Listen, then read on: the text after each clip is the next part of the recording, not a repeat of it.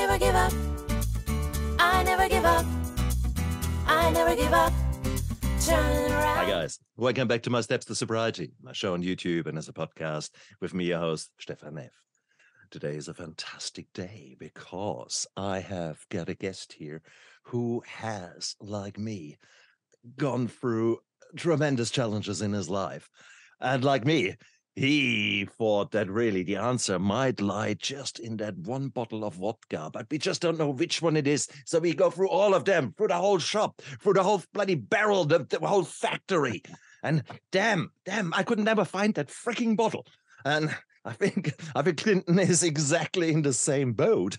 I've got Clinton Dye with me here. He is a 4 times combat veteran.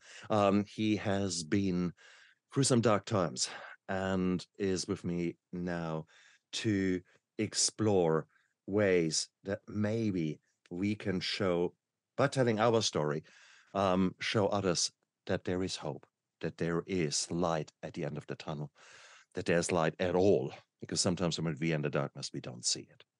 So Clinton, welcome to my show, my man. Hey, thank you. Yeah, you hit the nail on the head.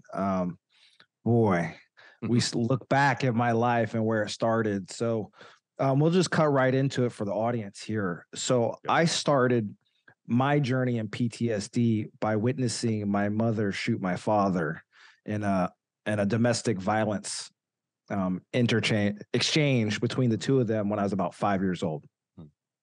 Carry that forward in my life. You know, that's unmanaged trauma. There's no therapy. That wasn't a thing that happened, you know, over 3 decades ago when I was a young child. Just wasn't common. I think now it's a little bit different in modern times. Push through, you know, drugs, alcohol, violence in the household was common practice. You know, crime, etc. I grew up extremely poor. Paint a picture as my mother was a bartender, my father was a plumber. Oftentimes there wasn't power on in the house, cold. We'd go without food sometimes. You know, dad's out trying to get his next taste.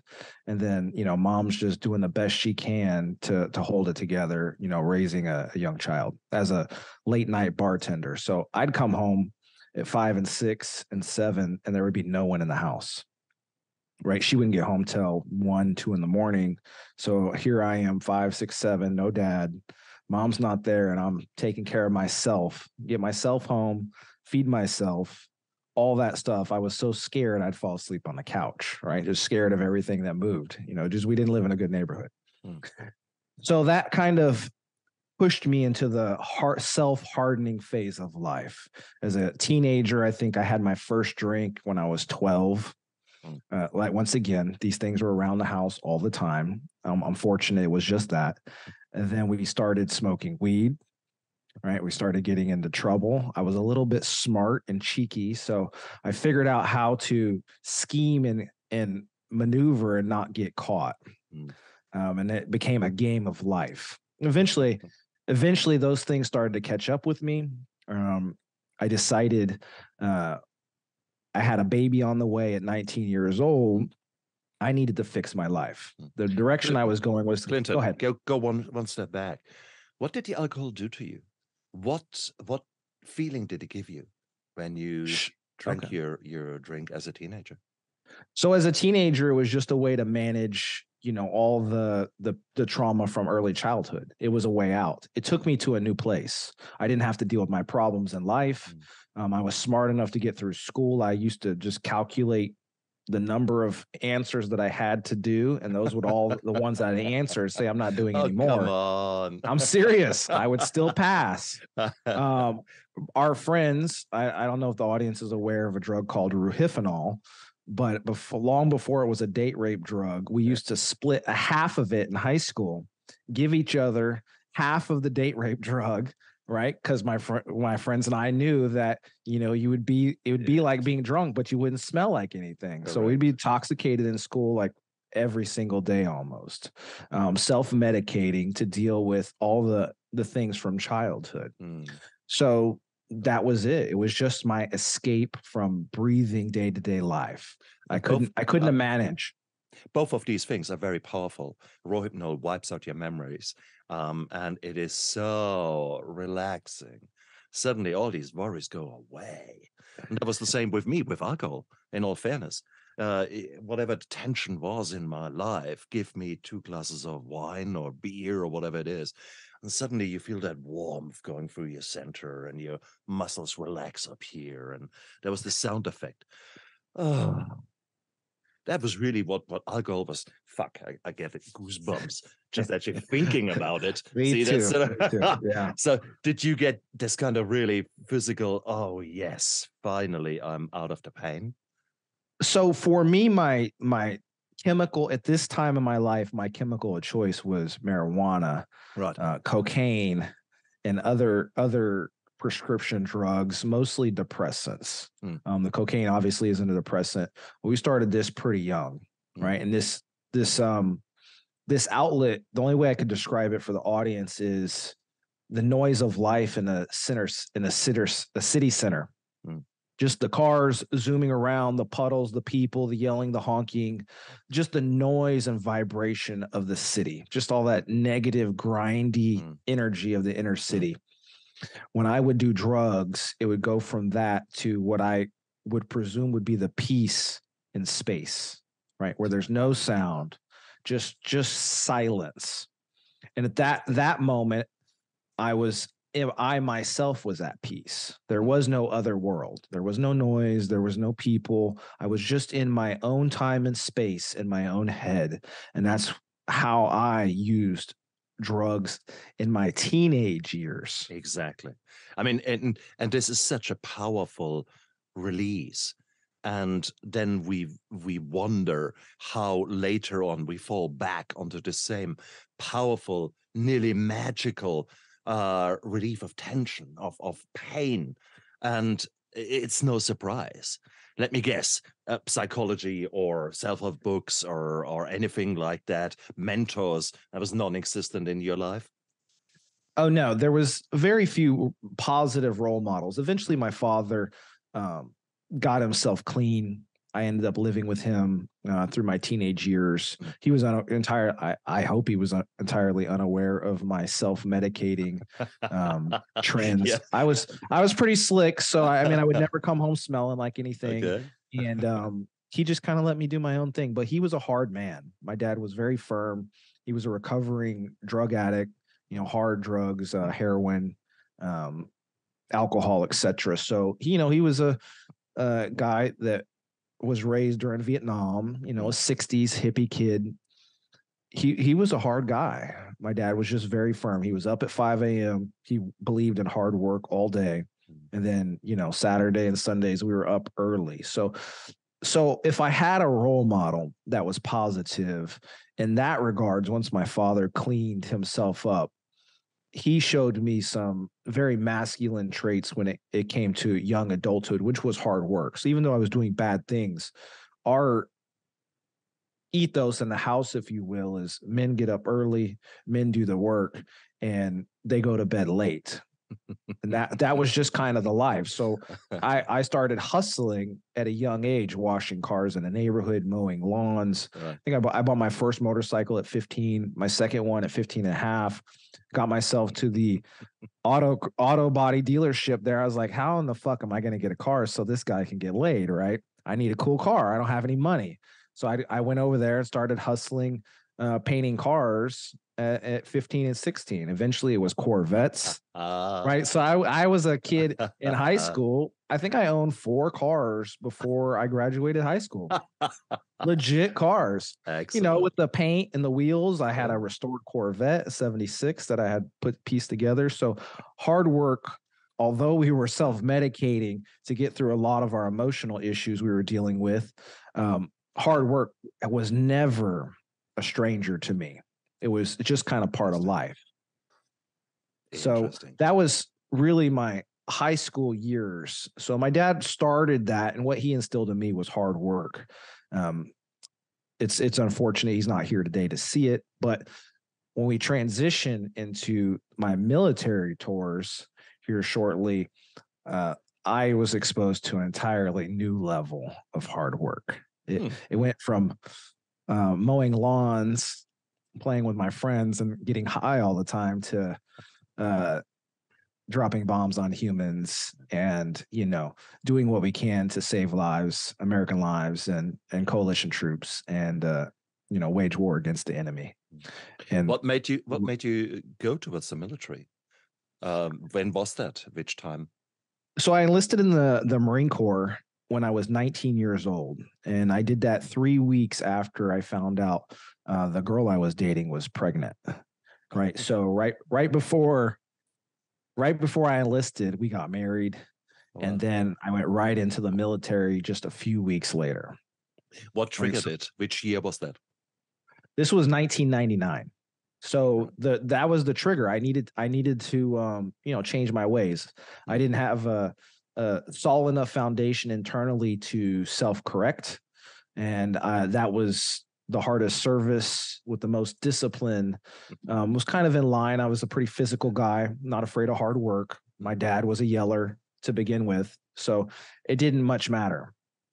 So we enlisted in the military, and off we were. 1999. So it was boot camp, and I was getting yelled at entirely new people, and these ones were all scary. And then the training, etc. And this is where I learned the fine art. I'm talking the finest of artisanal, extravagant drinking in the Marine Corps, what we call competitive fraternity style drinking day in, day out as a culture. Yeah. And that is the truth. And that's what we did to basically, once again, self-medicate. They don't treat people in the Marine Corps, at least at this time, very nicely. It's a rough life. You're told what to do. Someone's, tracking you down all the time. You have discipline, and there's expectations, and lots of training and good times. It's a fraternity with high work ethic, I believe. But they are under a lot of stress for young kids. There's not very, very reasonable outlets, and we all turn to alcohol as a culture. So they would have parties in the barracks almost every night, and the married people would have large parties off base every weekend, multiple parties. So here we are, day in, day out, 19 through 24, 25, fairly intoxicated regularly, several times a week at a minimum. And this isn't have, a sip of brandy with, a digestive with your steak. It's not that kind of drinking. They were specifically playing drinking games to see if we could alter reality and see who passed out first. That was that kind of fun. Okay. And this was long before combat. So we were sharpening our knives, if you will, and our skill of competitive drinking. Obviously, you can't do the drugs in the military, so I was cleaned up from those things. The second I decided to enlist, I didn't touch another substance until I was long out of the military. Well, in all fairness, you didn't have to. No, I didn't. I didn't have to. Yeah, my state was altered all the time. We were either lifting weights, running around, or training, Exactly. And then in our free time, we were drinking. So we all looked great. Exactly. But we were dying on the inside. Oh God! But by that time, you were a young dad. How did that go down? I was a young dad. That's right. Well, we did it responsibly. My wife at the time, she wasn't a big drinker. Actually, She didn't drink. I think I only remember her drinking once or twice that I recall in all of our marriage, or 17 years of marriage. So she was a pretty responsible mother. I was definitely the irresponsible one in the family. That's for sure. It is what it is. It is what it is. So in our household, minus all the hyper male aggression, from my work, and just kind of, it's hard to put on one uniform and then come home and leave it at work, right? That's not the way my personality really works. So it takes a lot of work to switch gears. And, in 2000, 9/11 happened, shortly after 9/11, we're off supporting the Afghanistan invasion, dropping bombs on troops, the Taliban day in, day out. These are long days. So 15, 17-hour days, common 7 days a week, 6 to 10 months at a time. That was my first tour. I remember getting on the radio as I was one of the youngest. I think I was the youngest controller in the war in the Marine Corps. I can't remember my age. It's September 11, but I don't think I was maybe barely old enough to drink. And 5 minutes into the war, the satellite radio goes off, and there's Navy SEALs. They're pinned down. They're in a gunfight, and I'm hearing the firefight over the radio. Like, we need air support, and and you just hear the machine guns going off in the background. Right, 5 seconds into the war, that was my job. Right. So I'm looking, there's no aircraft available. Right. And this is Afghanistan, it's mountains. A lot of the stuff is over satellite. We don't have direct line of sight easily, et cetera, et cetera. So I'm trying to find aircraft to support these guys. And like the nearest AC-130 gunship is 45 minutes away, man. He's like, we're going to be fucking dead in 10 minutes. Right. So we're working the list, and there's a B-2 bomber that was close, fully loaded with weapons. We pushed that bomber over top, and they leveled the building in Kandahar City. And, the Navy SEALs, they got out, they got their wounded out of there, and everybody lived. But that was 5 minutes into that war, and I was 22 years old. Just 1 year later, year and some change later, we end up in Iraq, the invasion of Iraq. And it's quite a different tempo in that war. That's a full invasion. I'm on the ground, attached to the Marine Division, early warning control. Same sort of thing. We leapfrog forward into the country, all caravan, all ground movement. There's engagements and attacks, and we're systematically clearing the enemy tanks, troops with aircraft. And this tempo was actually quite a bit higher. So there's a lot more infrastructure in and around Kuwait, Saudi Arabia, and all the surrounding countries. The naval fleet's really close. So we're launching a significant attacks against the Iraqis at this time. I remember having anywhere from 10 to 20 aircraft under my control at one time, and we are just assigning targets all day long, burning up radios. I mean, I talk for 12, 15 hours straight. Like, just unkey the mic, key back on the mic, assign aircraft a target, get battle damage assessment, we'll roll him off. He's going home because he's out of weapons. Next aircraft up, all day long, just weapons of mass destruction. Suspected Taliban leaders, provincial mayors, infrastructure, troops in bedded down, troops in the open, tanks. It doesn't matter, all day long, every day. So that was my version of that war. How long did you get? How long was the deployment? The first deployment in Iraq was just under 6 months. It was right around 5 months for us. So we did our business. With that kind of pace, though, man, this is cortisol, adrenaline going. And we know that really you burn out at a rate. It's no longer funny. So it is, I mean, so you were basically a forward air controller. You were responsible. You couldn't just switch off. But there would have been times when you need to sleep. So were you 2 hours on, 2 hours off, or was it really 15 hours straight and then crash, or how did it work?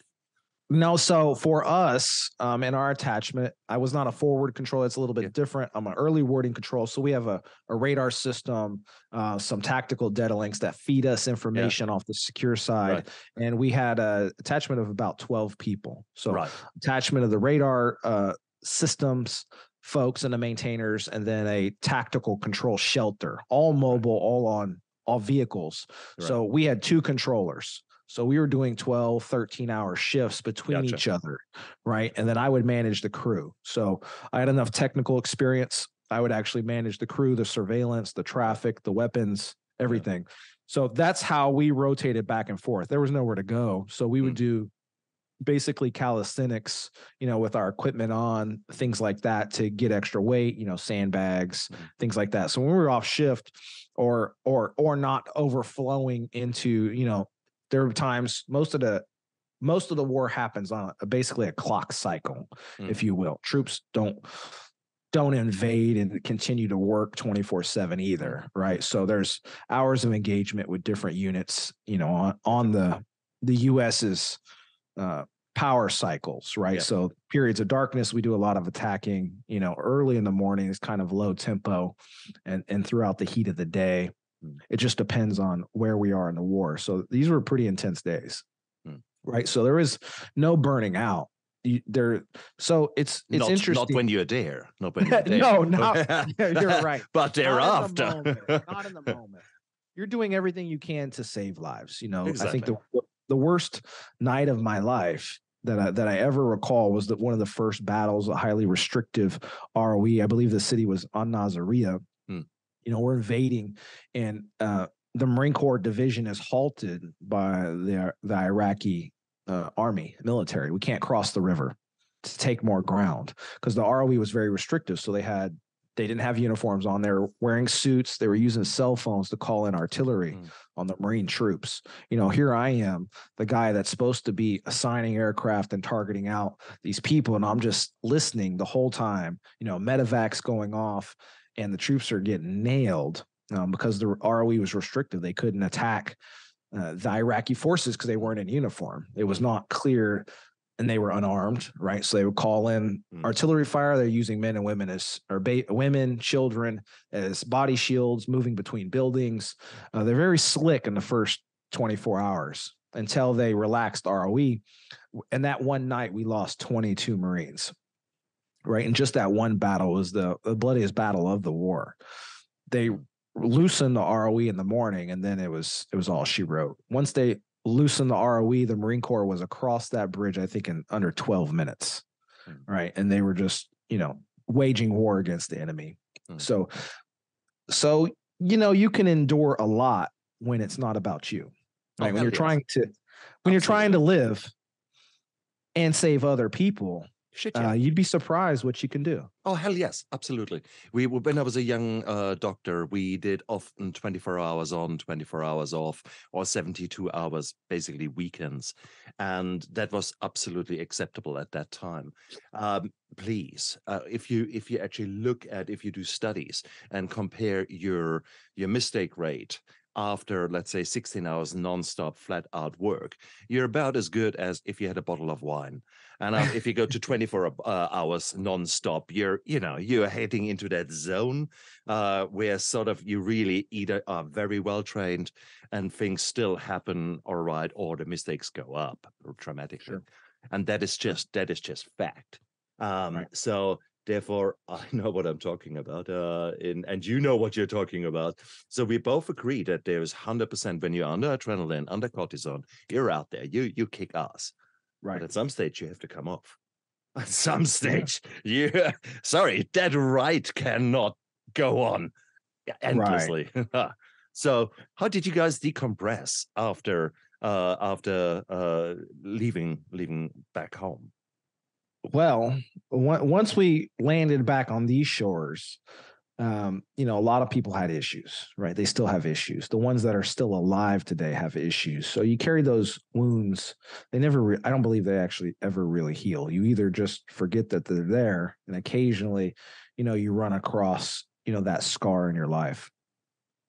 So once we returned, the drinking returned, right? So to make that pain go away, you're talking, I don't even have a number, billions in assets and buildings, infrastructure, and, I wouldn't even want to put a number to the amount of lives.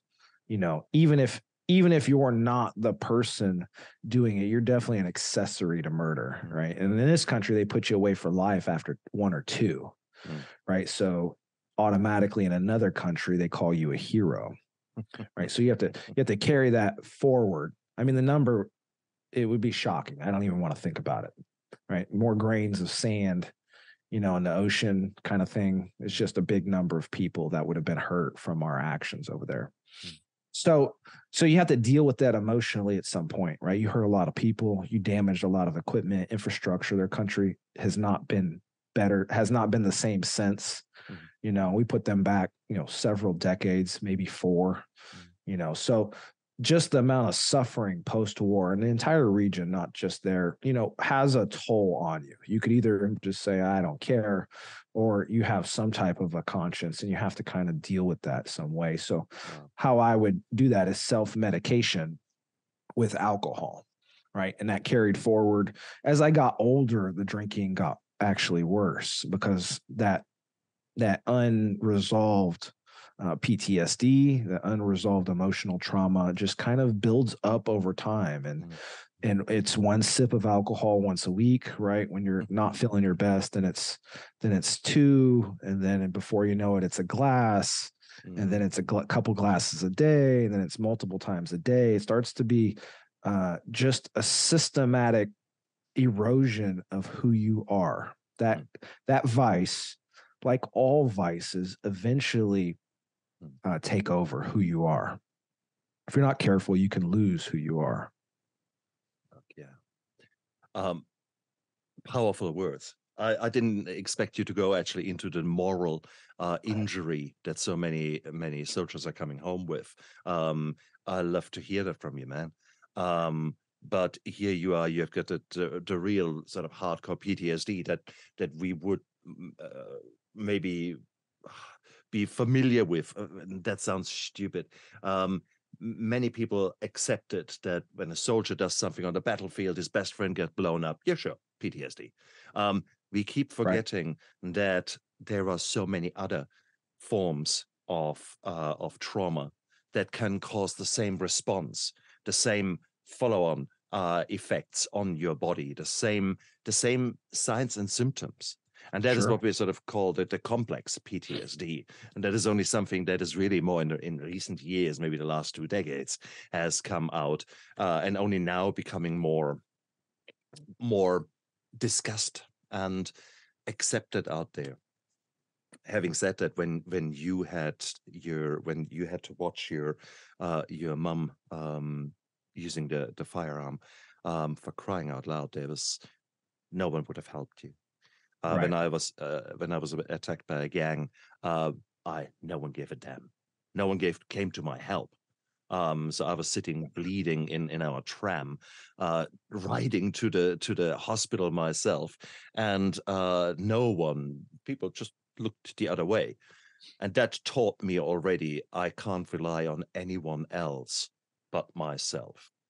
And that, I think, just sitting in that tram bleeding, that was all I needed. And I think here you had this self-reliance being put onto you at a very young age. You became this kind of self-reliant hustler, and then that cool dude who actually looks after himself, and then goes into the Marine. Now you become that kick-ass guy who is there and getting reinforced in that personality. Now you're the hero in the war, and you come home, and there's your wife saying, "Oh my God, the little child is crying, and my mortgage, and can you help me with the lawns? And you're never around when I need you." How did you deal with that? So when you move from high stress combat zones or any type of high stress work, it doesn't matter. And I referred to the 2 gears of life, right? You have your intense gear, right, where you're grinding and doing amazing things. And then you come home and you have to switch into that softer, gentler, normal life gear, if you will. So basically like a split personality scenario. Yes. It is Nicely truly put. Nicely put. You can't do it. And this was long before the military had safeguards to protect the families from the combat troops, right? Because they're not equipped to deal with the stresses of regular life. They have different stressors overseas. But when you get back, like I couldn't even drive a car. Right. The rate at which the cars approach you was so uncomfortable and abnormal to my brain. I would be going down the road at like 40 miles an hour and traffic's just flying past you at 65. I could not psychologically handle the tempo of the real world after being in combat, which is entirely different set of stressors that my mind had adapted to deal with. It just became normal. The basic things that people in the real world take for granted, I couldn't manage, right? I could not manage a family.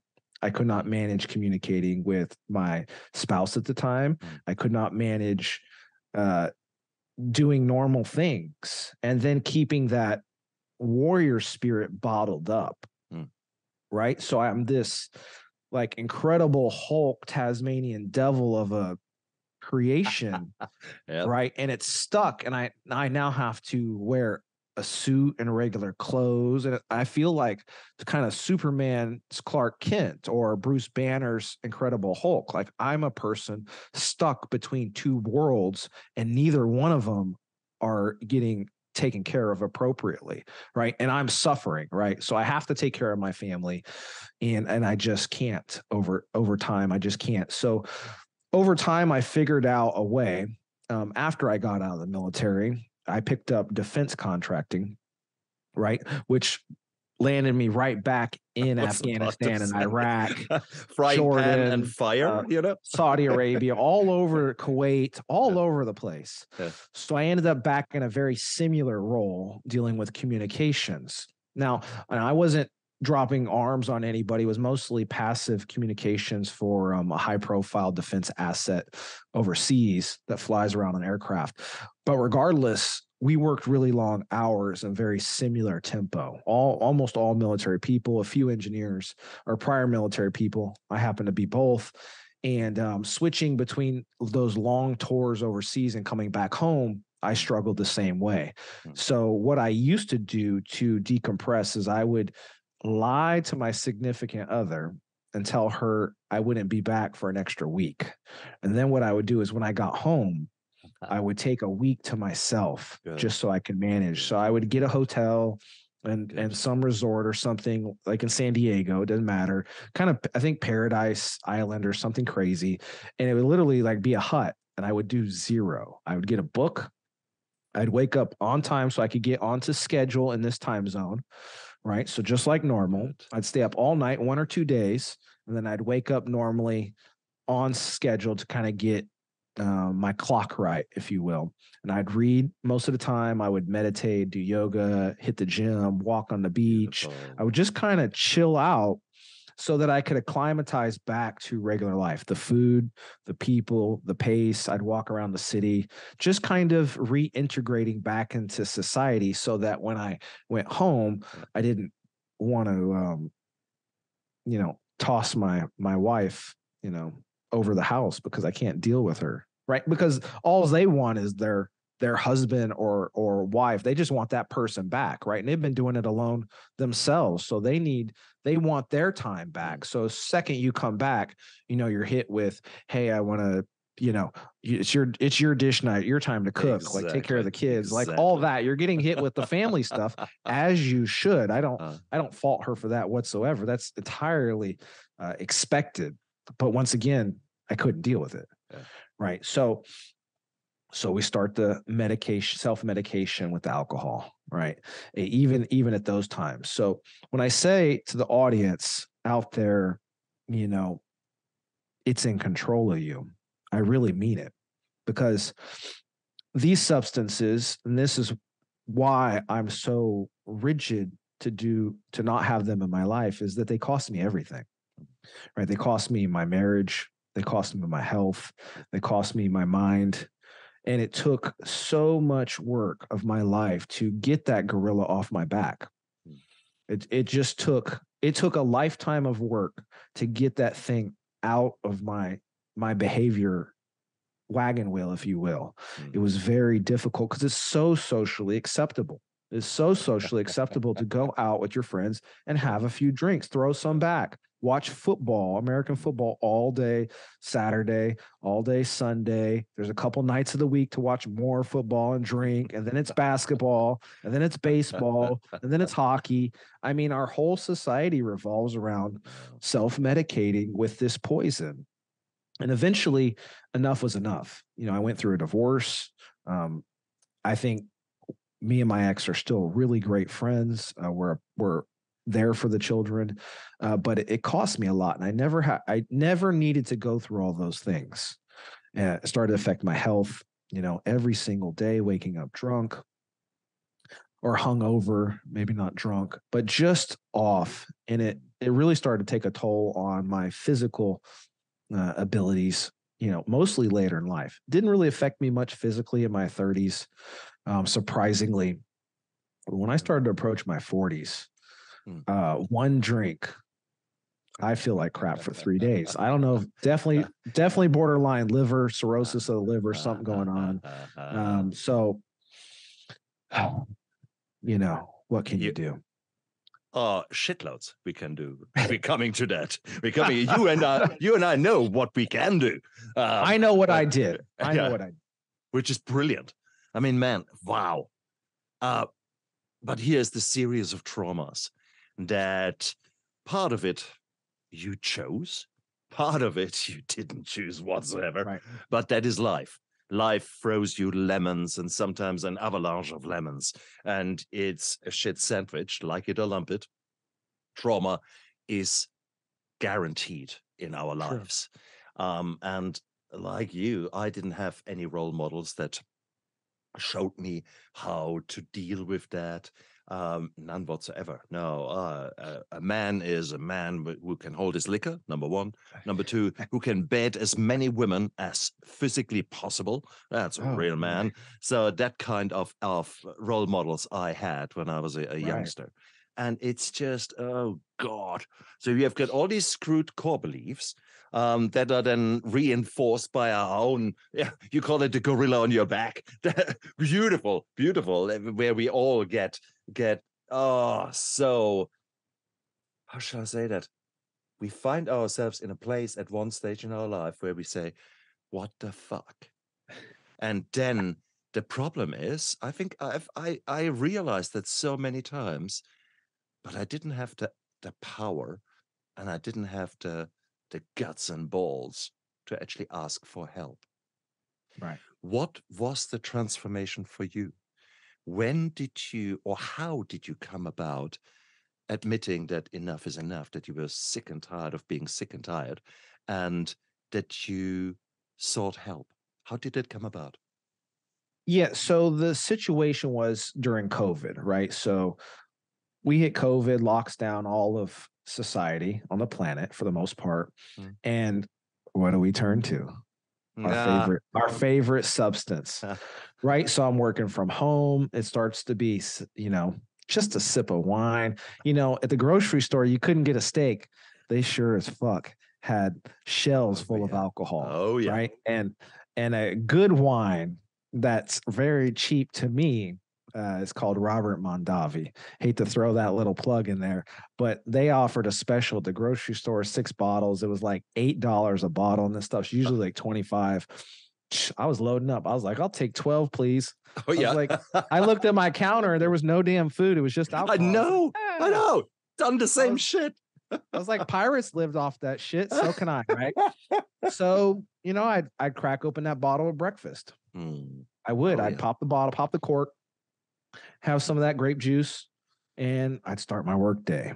I'd have a glass, just sip on it, just sit over there, just sit over there, mind your business. And every now and then, like, I don't like the way this meeting's going, I have a little sip, right? Then at lunch, you have another sip, right? So this becomes routine, right? I'm dating a girl. It's serious at the time. We're talking about moving in. So these behaviors don't stop. I'm not hitting the gym. I'm focusing on her time. So not paying attention to what's going on in me because I'm the tough guy, right? I'm managing. My workload goes through the fucking roof during COVID, right? They're not hiring any people. People are quitting. They're working from home. So the productivity is quite low. And then we're a global organization. So we're moving people in and around probably a dozen countries globally. So you know how COVID is. The lockdowns are changing faster than we can possibly keep up. All the rules are unique in every single state or country. We have people in flight get denied access when they land because the rules changed mid-flight. So this kind of shit. So we're just having this humongous increase in workload and a reduction in staff, coinciding with a reduction of staff, reduction in funds. I was just getting crushed, right? Wow. And I'm the smart guy, right? I'm the guy that's got to figure out how in the fuck do we do more with less and save as many jobs as we can, because funding's running out quick. So under a huge amount of stress, no excuse whatsoever, but I turned to the bottom, right? So I'm dating this girl about a year and a half, right? We're talking about moving in and next steps. And I was crazy about her, right? She was a good girl.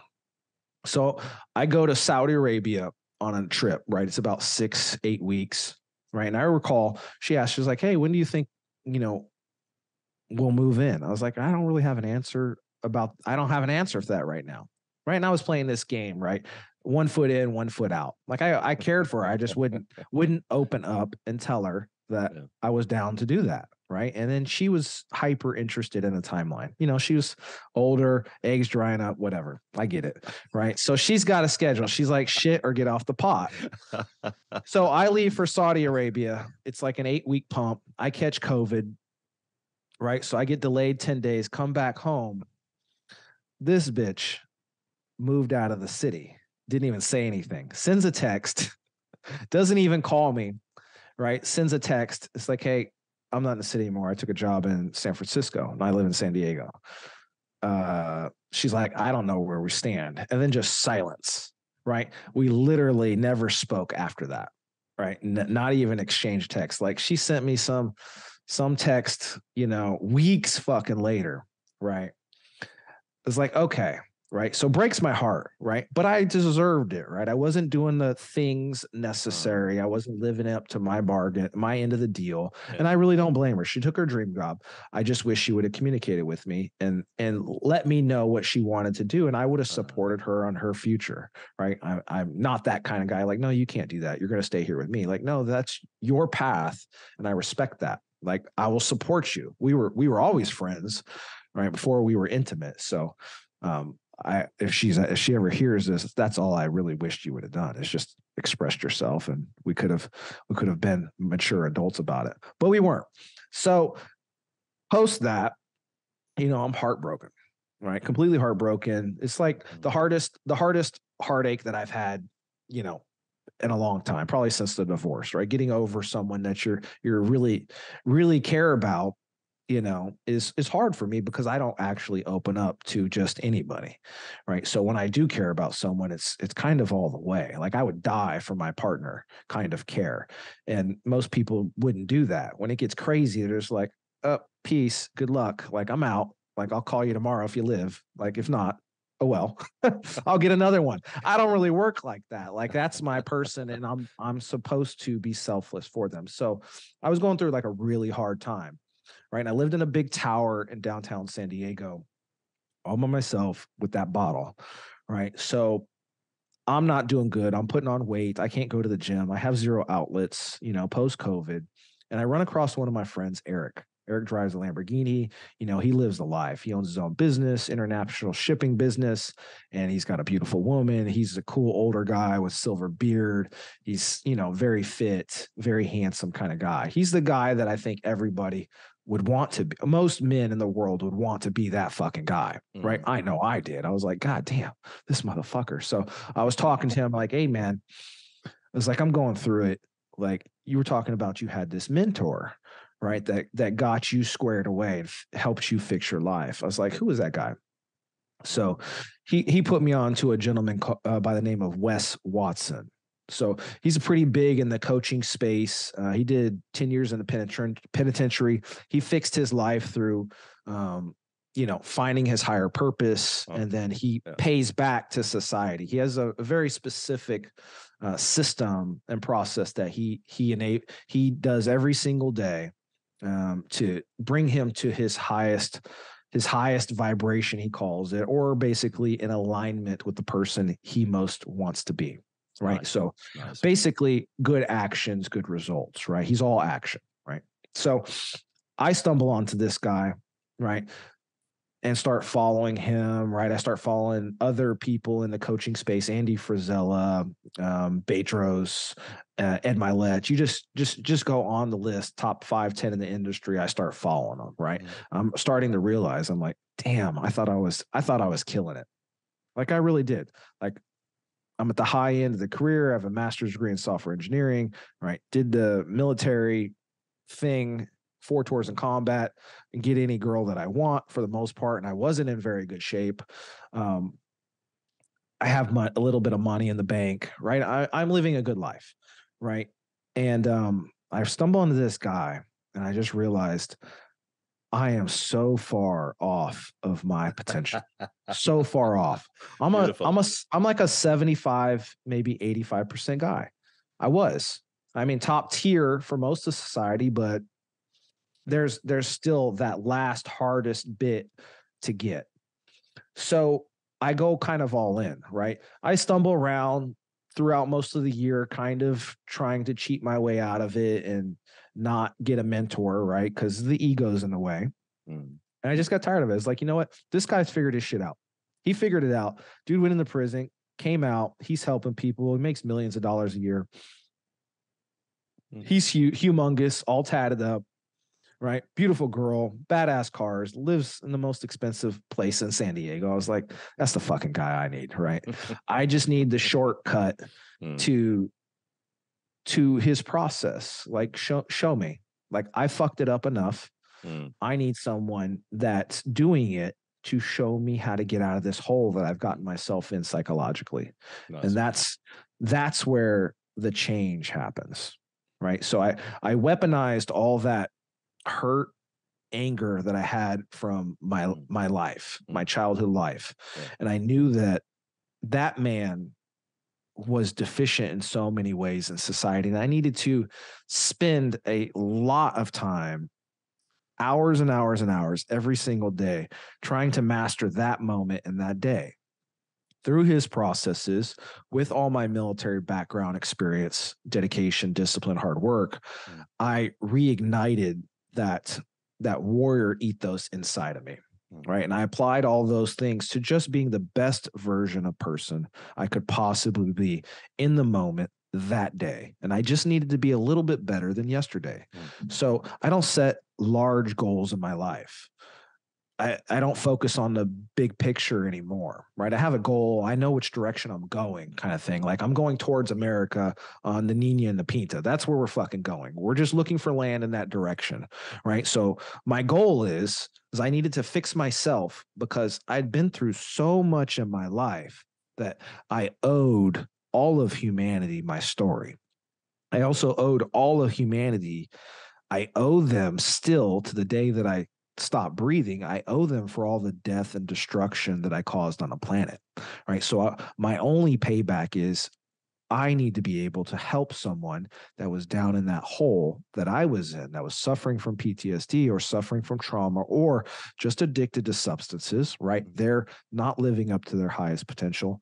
I owe them my story to help them get out of that cycle and to be their best version of their self through the processes that I learned from Wes Watson, also with my spin on it, right? And my delivery and energy to the people in need.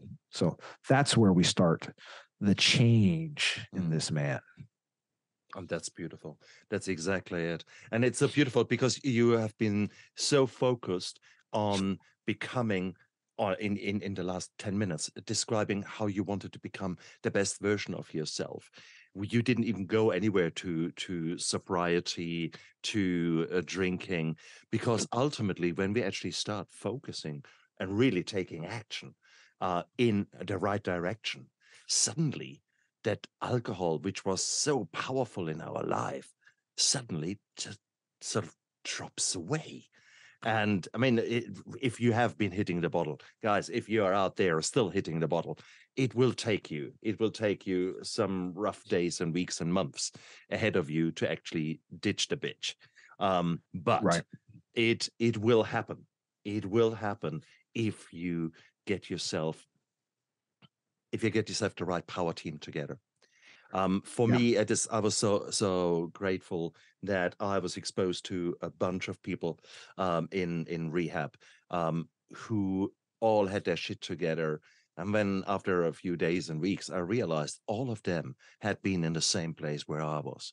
Sure. They all had been drinking, they all had been using drugs, etc. And now they were nurses, yoga instructors, chef, whatever. Everyone who looked after us and guided us was essentially, a few years prior, sitting in the same chair that I was. And Right. I thought, wow, okay. And then, I went to it with the same kind of attitude you showed here. Yeah, come Right. on. I have got a discipline. I gonna be the best recovering addict that there can be. Yeah. Oh. Yeah. And I showed them I will go further than anyone has ever gone in 4 weeks. And that's that's how Yeah. I took that on. And it worked. I did a lot of lots of work. But then I realized that actually, now what? I'm sober. Right. Now what? Right. And I have to say, fuck, I was an empty shell of a man. I was like an empty painting, Right. an empty canvas. And it was beautiful. With hindsight, I could try to start painting and see what kind of painting I want to do. I could start remodeling myself. The Right. problem was I had no clue who I wanted to be, because I never had asked myself that question. And by now Right. I was in my mid 40s. So you need someone who can guide you towards that direction. And it's the problem if you don't know what you don't know. So Right. therefore, you need actually you can try to figure it out yourself. Okay, you guys listening out there, you're probably not the dumbest people in this world. You all have achieved something. The problem is you don't know what you don't know, and you have no idea what possibly could help you forward unless you expose yourself, unless you Sure. talk to people. And that is exactly where someone like you, Clinton, comes in. So Yeah. you, instead of 100%. reinventing the wheel, trying like a chimpanzee hitting the keyboard and say, that feels nice. Let's try that. That doesn't work. It does. Maybe you're Yeah. lucky, but no. Well, I strongly believe that you create teams in which you are the dumbest person. Okay, because otherwise, if you know it all, then Yeah. what does that team give you?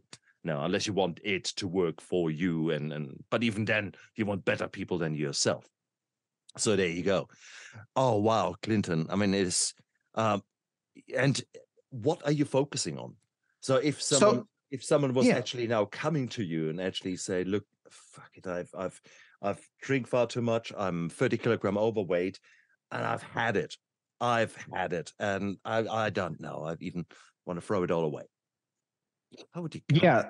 So absolutely fucking not. We're not going to throw it all away. What you're going to do is you're going to find someone like me, right? And you're going to say, you have a problem, right? And you'll do anything to change and be better. And then we start writing a new chapter in your book, right? And what I've determined over, kind of my life is that addiction comes in many forms because we're seeking that dopamine hit, right?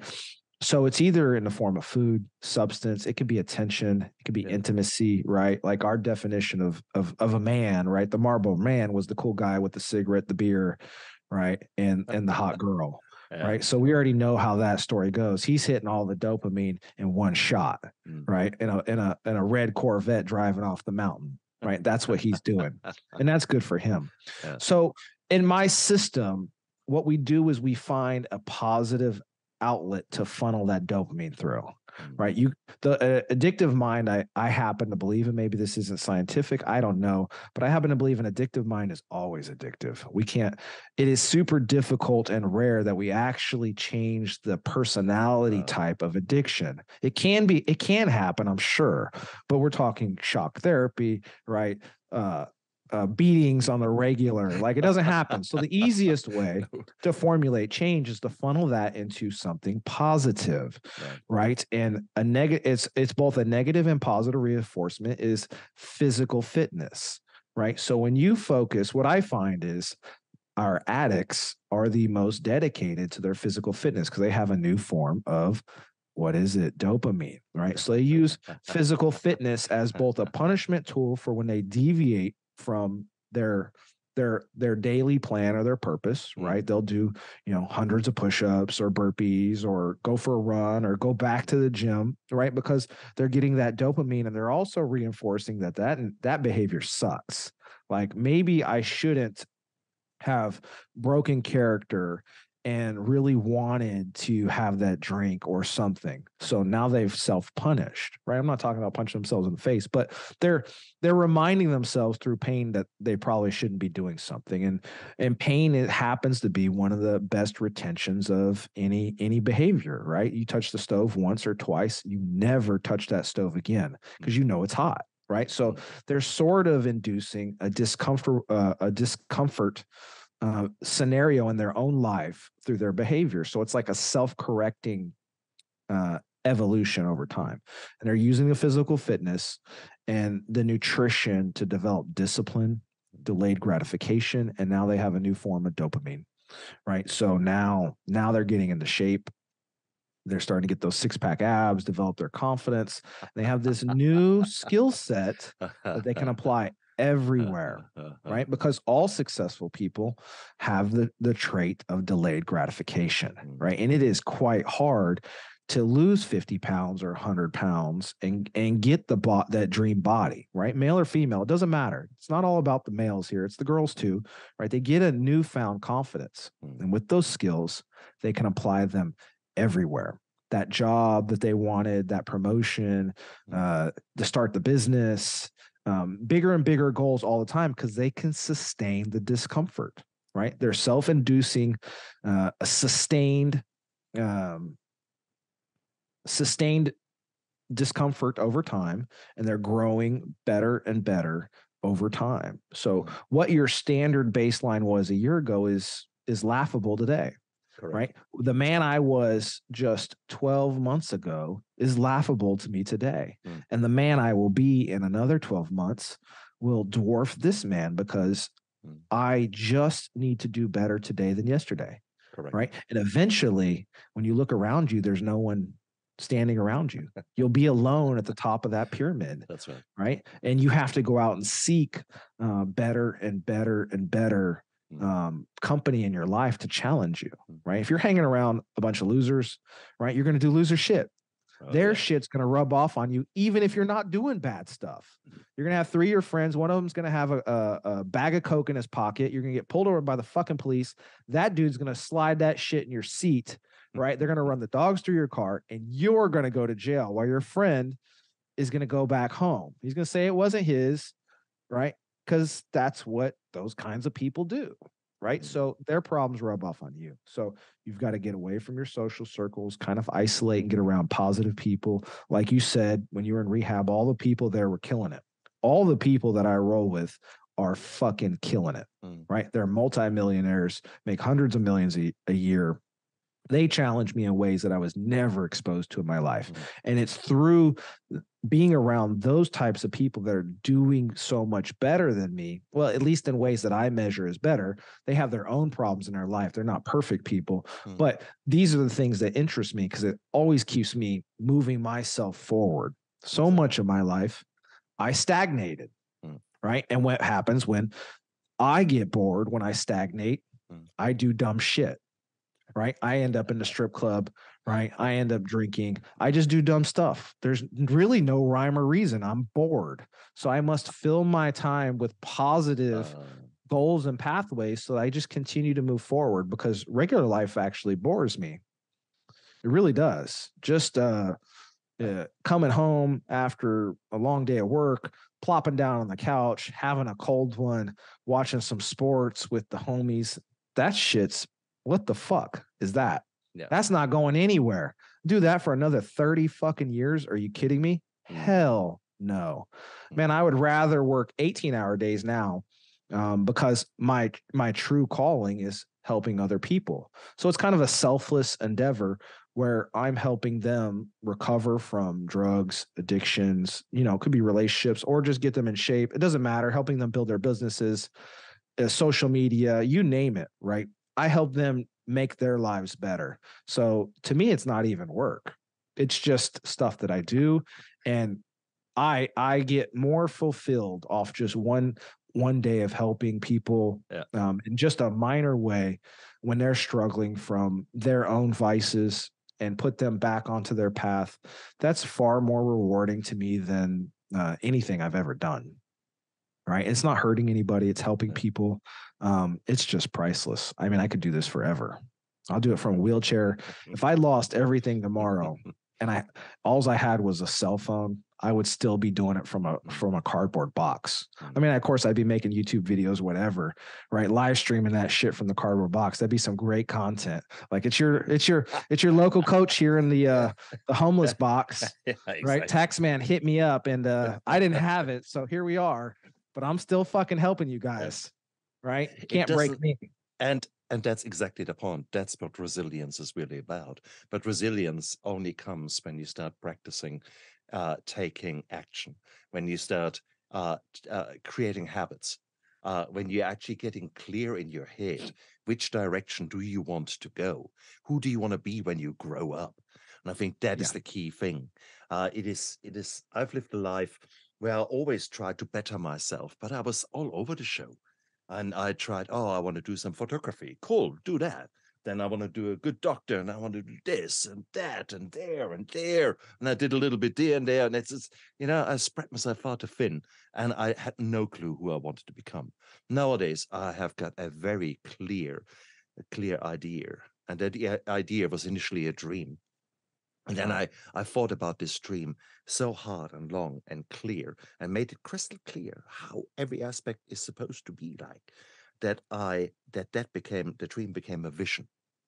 And then I put action into place, and now it becomes a mission.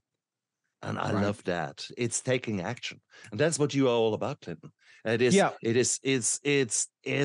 the way forward. And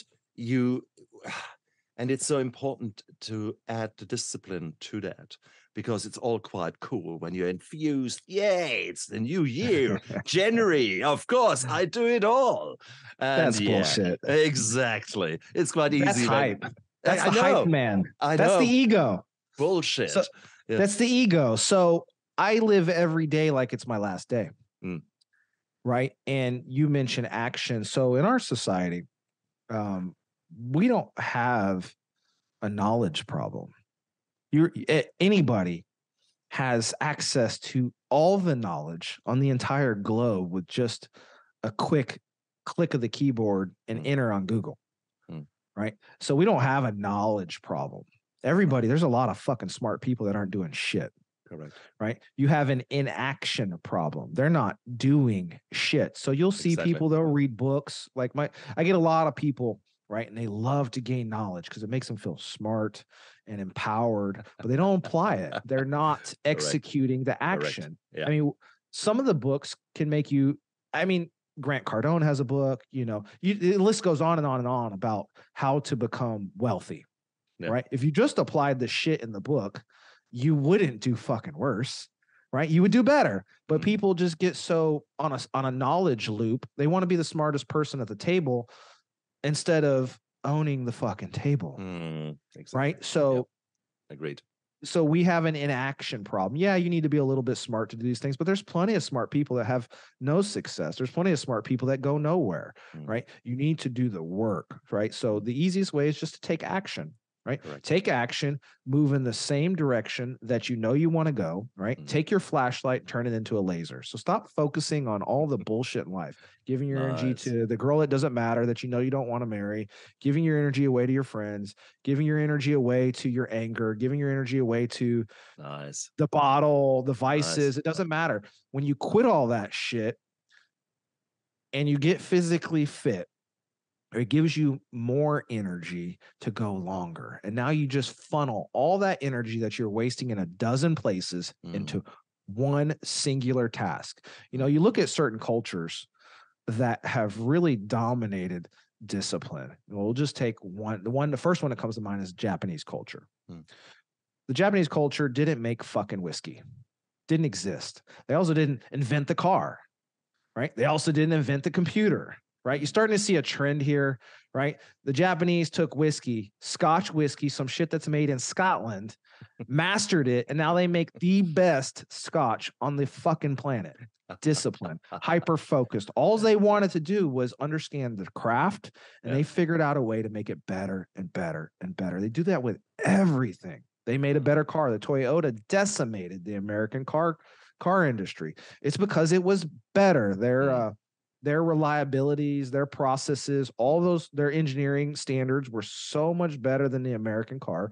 They just couldn't compete with the Toyota. They literally could not compete with Toyota. It was better in every measurable way, right? And you see that consistently with their culture because they're hyper focused on being really good at whatever it is that they decide they're going to fucking do. So if it's making soy, or if it's making sushi, or if it's making a house, or if it's making a car, if it's making whiskey, whatever culturally they put their mind to, they just try to be the absolute best at that thing, right? When that's what focus does. When you focus, turn your flashlight, has the same energy, and you put it into a laser beam, all those photons going in the right direction, it starts to slice through things, right? So if you take action, you work hard, you'll start to slice through those roadblocks in your life, right? You get a mentor, you get some guidance from bigger and better people, you start to be really unstoppable, right? It doesn't take hard. It is not that difficult to be a 10% person. It's really not. It's really hard to get out of your social circle, your friends, your family. They're going to look at you like you're fucking funny, right? Like, why are you measuring your food, dude? Why are you getting up early? Why are you studying? It's 8 p.m. and you're still working on your own business. Yeah. Like I got a lot of cycles. The people I follow say they work 3 shifts in a day, right? Their first shift's from 6 to noon. That's their first job, right? Because most people only work 6 hours a day. The other 2, they're fucking off with lunch, playing on their phone, talking, whatever. Right? That's the truth. True. Yeah. That's the whole hard truth. Absolutely. They might do 5 hours of solid work, and only 2 of them they're in flow. Right? Yeah. The second shift is from noon to 6 p.m.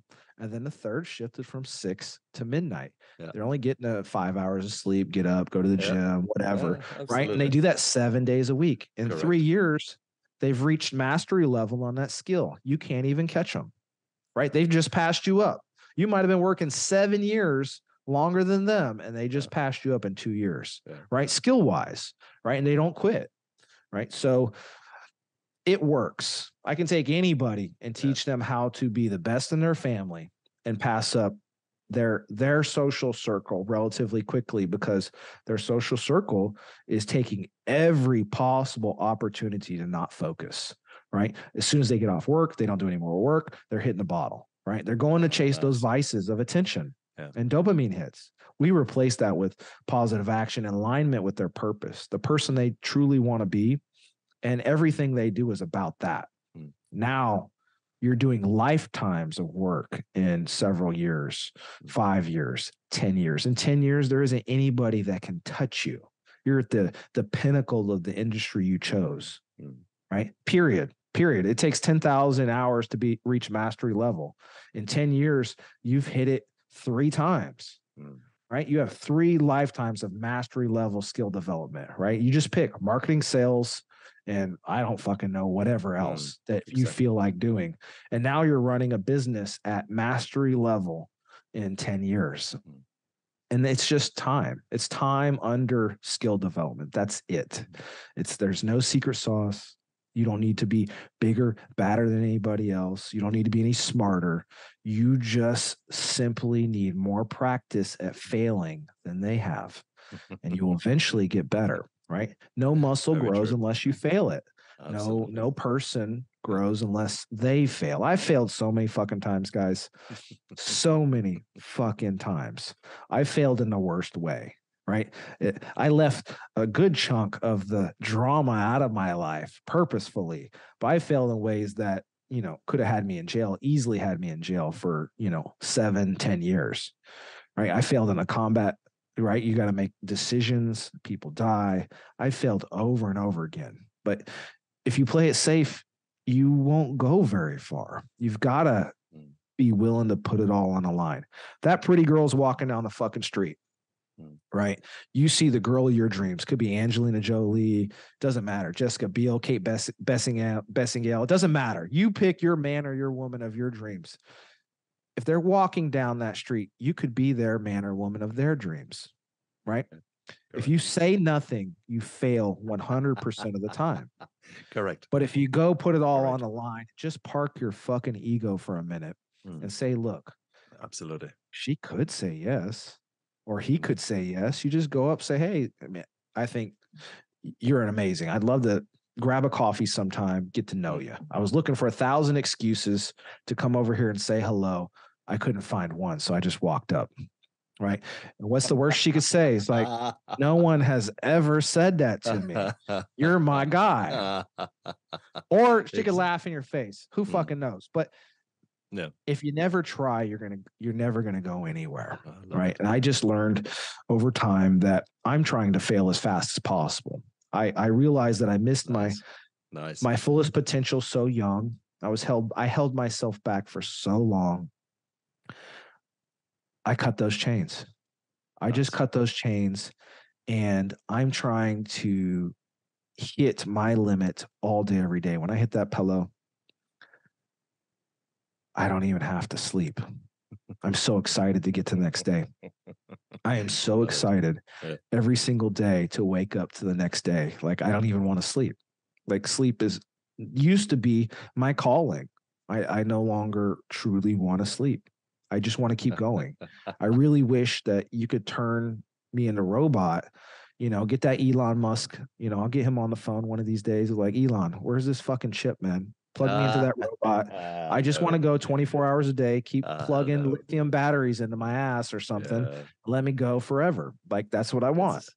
That's what you want. But then again, no. The body won't do it, obviously. Absolutely. It obviously won't do it. There's a limit, right? Yeah. But I mean, I get plenty of rest. Like, I'm in a purposeful state of caloric deficit. I'm in a purposeful state of sleep depravity, on purpose, right? Because that's when you operate. I feel you're operating kind of in that enlightened zone, right? Monks would fast. Right. Jesus would fast, in Islam, there's fasting, right? You're right.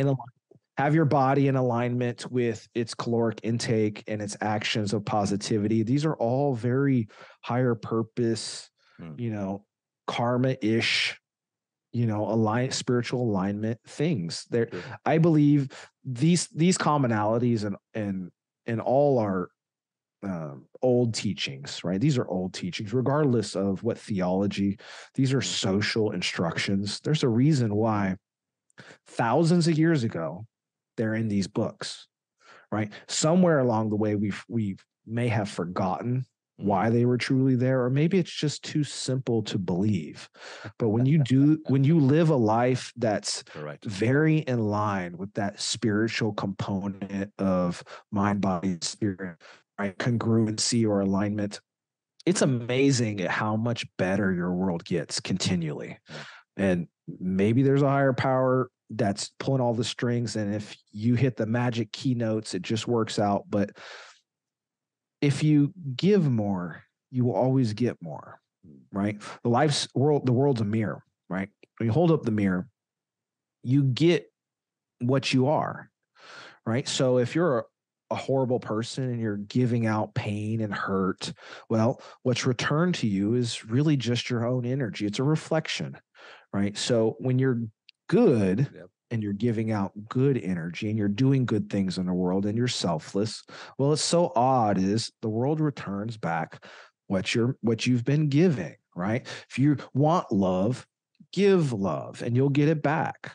Right? You want success, you give success. You work hard and you'll get those returns back. Right? It's a very simple equation.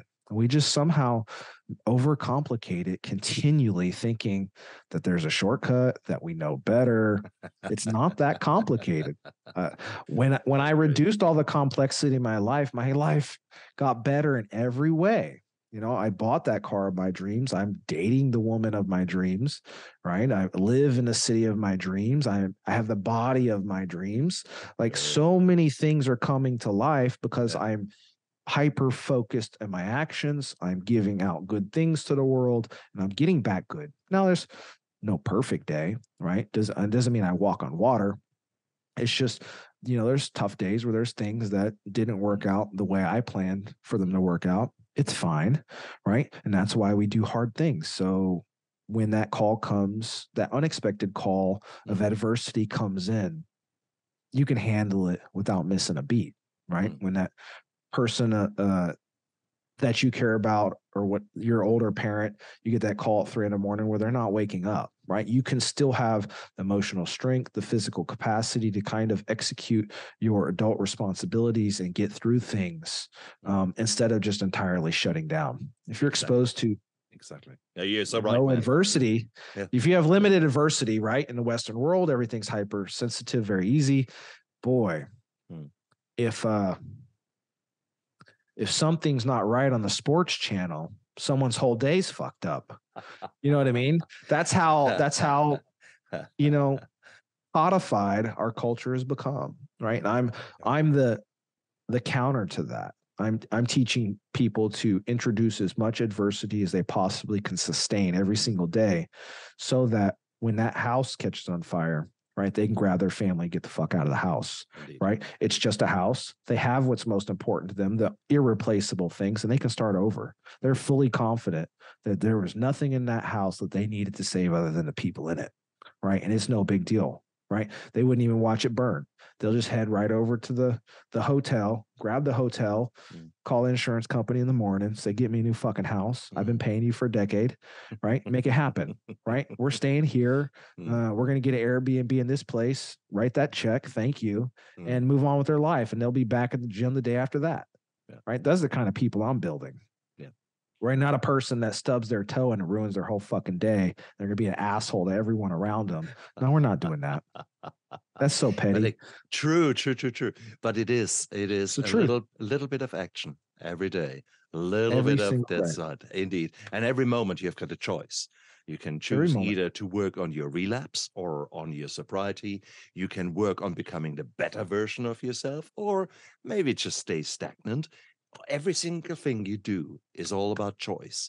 And we forget that we have got this privilege of choice, the privilege of taking action.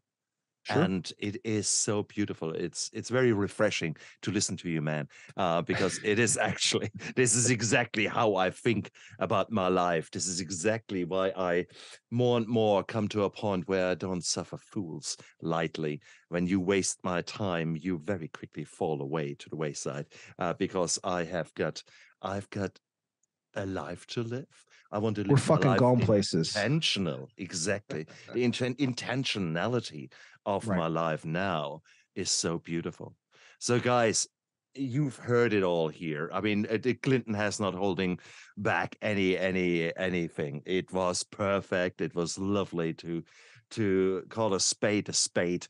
Yes, we have sworn a few times here. Okay, this for sure will not be monetized on YouTube. That's for sure. Who cares? Who cares? This is about honesty, transparency, authenticity, integrity, being the man you want to be, being the girl, the woman you want to be, the person, the human being you want to be. It's just, guys, there are ways forward. Listen to us. Listen to the passion in our voices. This is not made up. We are not on any kind of weird woo-woo drugs. No, we are living our life, and therefore it is so fucking gorgeous. Okay, that's what I want to do. That's how I wanted to end my life. At one day on my deathbed, I want to say, wow, okay, that was worthwhile living. But it takes action, and it takes, if you don't know where to start, you could do far worse than looking this guy up here, Clinton Dye. Clinton, you mainly are on Instagram, aren't you? What's your Instagram handle? Yeah, so I'm on Instagram. Anybody out there that is in a bad place or just wants to chat, send me a message on Instagram. It's at San Diego, like the city, _ Clinton and the number 1. So that's San Diego _ Clinton #1. You can find me there anytime. Send a message. And down there, look into the YouTube video, the description, or the show notes on podcast, where you've got that all in there. Guys, 100%. Oh, Clinton, you're a good man. Oh, thank you so much for your time. I really had a good time here. Thank you. I appreciate being on. I'll come back anytime. Thank you. And you guys out there, look after yourself and live with passion. Okay. Yeah. Bye. Bye. I never give up. I never give up. I never give up. Turn around.